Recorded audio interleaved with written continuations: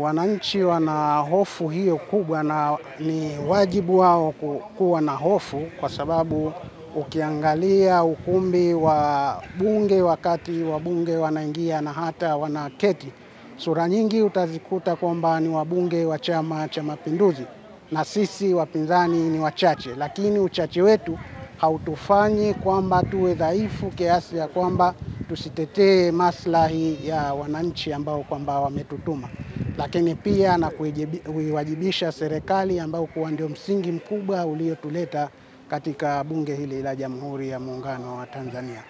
Na hoja mara nyingi haitokani na wingi, hoja inatokana na uzito wa hoja yenyewe. Unaweza ukawa mmoja peke yako, lakini hoja ikiwa ina misingi imara, imejengeka, basi inaweza kuleta matunda kwa wananchi.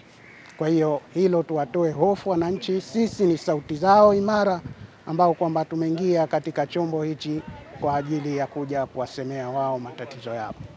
Hatuwezi kusema moja kwa moja kwamba hatuna wasiwasi, kwa sababu experience ya mabunge tunakotoka miaka ya nyuma, tumezoea kuona idadi kubwa ya wabunge wa upinzani kuwemo katika bunge la Jamhuri ya Muungano wa Tanzania.